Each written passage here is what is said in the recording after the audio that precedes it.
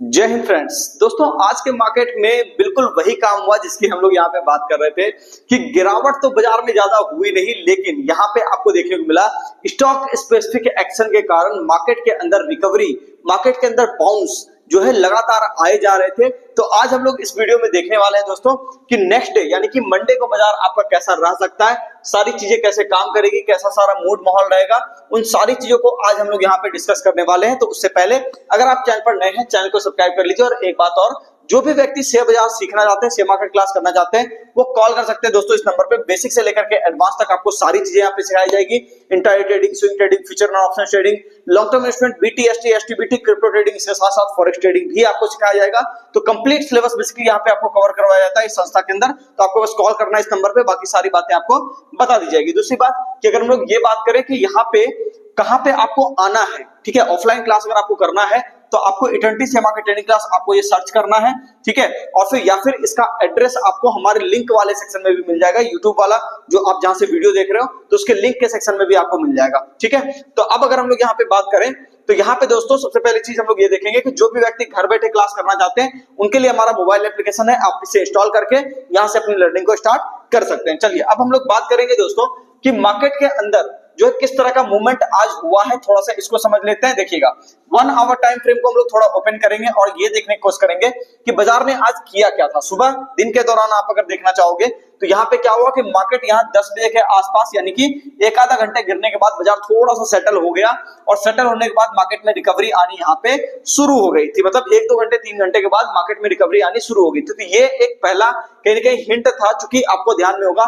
मैं बार बार कह रहा था कि स्टॉक स्पेसिफिक एक्शन आपको देखने को मिलेगा, बिल्कुल वही चीज हुआ कि स्टॉक्स में जब तेजी आई तो मार्केट के अंदर भी धीरे धीरे तेजी आ गई। लेकिन अगर हम लोग यहाँ पे बात करें दोस्तों कि निफ्टी चूंकि अंडर परफॉर्मेंस दे रहा था, इसमें करेक्शन बाकी था, तो इस कारण से मार्केट आपको ज्यादा ऊपर जाता हुआ दिखाई नहीं दिया, लेकिन स्टॉक्स स्पेसिफिक बढ़िया एक्शन था। अगर हम लोग बात करें कि नेक्स्ट डे आपको इंडेक्स में क्या देखने को मिल सकता है, सबसे पहली जरूरी चीज ये है कि मार्केट में ये जो सपोर्ट एरिया बन गया है ना, ये थोड़ा सा ज्यादा इंपॉर्टेंट है। क्योंकि ये क्यों इंपॉर्टेंट है थोड़ा इसको समझ लीजिएगा। डेली टाइम फ्रेम पे चार्ट अगर हम लोग ओपन करें तो ध्यान से देखिएगा, एक चीज है कि मार्केट गिर नहीं रहा बल्कि गिरता हुआ आपको दिखा रहा है।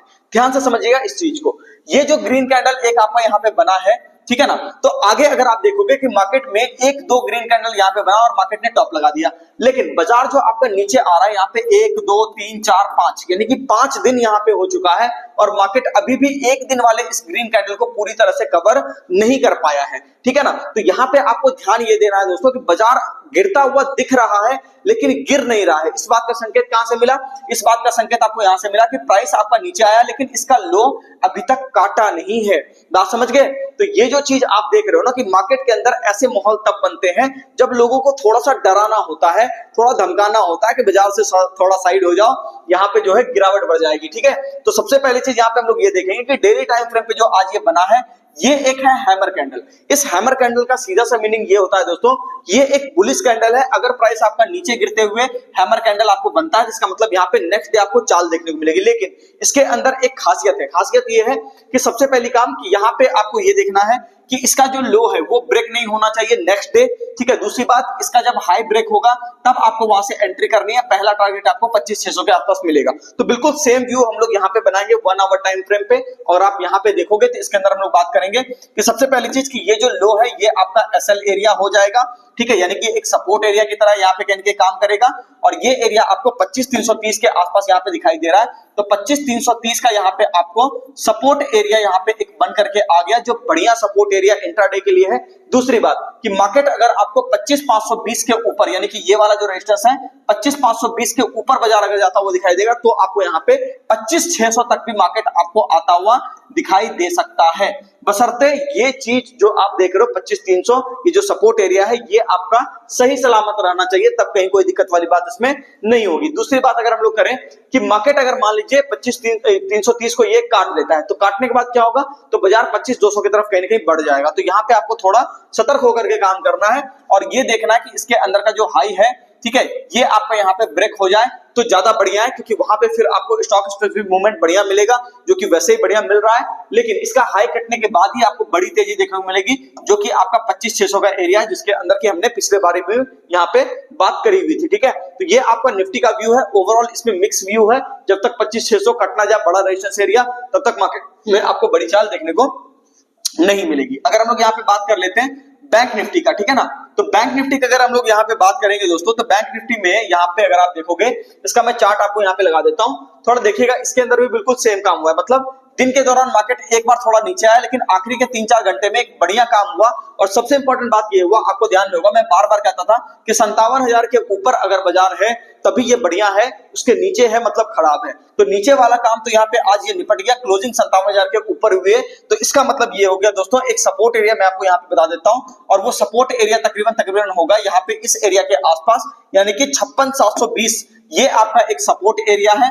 और मार्केट अगर इस सपोर्ट को इंटैक्ट रखता है, यानी कि थोड़ा बहुत यहाँ चाहे तो आ सकता है, लेकिन अगर इस सपोर्ट को इंटैक्ट रखता है, 56,700 का मोटा मोटी आप ये पकड़ के रखो कि इस सपोर्ट एरिया को इंटैक्ट रखता है, तो मार्केट में एक बड़ा चाल आपको देखने को मिलेगा, जो कि आपको 57,200 से लेकर के 57,400 और 57,600 तक का भी मूवमेंट आपको देखने को मिल सकता है। तो ये पूरा का पूरा रेंज आपको यहाँ पे जैसे ये ब्रेक होता हुआ दिखेगा, यानी 57,200 के ऊपर अगर बाजार आपको आता हुआ दिखाई दे, तो मार्केट 57,400, और इसके ऊपर अगर बाजार आता हुआ दिखाई दे तो 57,600 तक का भी टारगेट आपको आने वाले अगले हफ्ते कहीं ना कहीं आपको देखने को मिल सकता है, मंडे को। ठीक है, मंडे से लेकर फ्राइडे के बीच। तो ये पूरा का पूरा ओवरऑल एनालिसिस रहा दोस्तों मार्केट का। अगर हम लोग बात करें स्टॉक स्पेसिफिक कौन कौन से सेक्टर्स परफॉर्म कर रहे हैं, तो वहां पे आपको गैस सेक्टर बढ़िया परफॉर्मेंस दे रहे हैं। मेटल में आज थोड़ा दबाव था, लेकिन ओवरऑल वो ठीक ठाक है, कोई दिक्कत वाली बात नहीं है। ठीक है, यहाँ पे आप थोड़ा सा डिफेंस सेक्टर के ऊपर नजर रखिएगा, वहां पे भी एक ठीक ठाक तेजी आपको बनती हुई दिखाई दे रही है। ठीक है, केमिकल सेक्टर के अंदर भी एक अच्छा खासा आपको तेजी यहाँ पे देखने को मिला है। अब वहां पे छोटी मोटी शॉर्ट कवरिंग कहीं कहीं आपको दिखाई दे सकती है,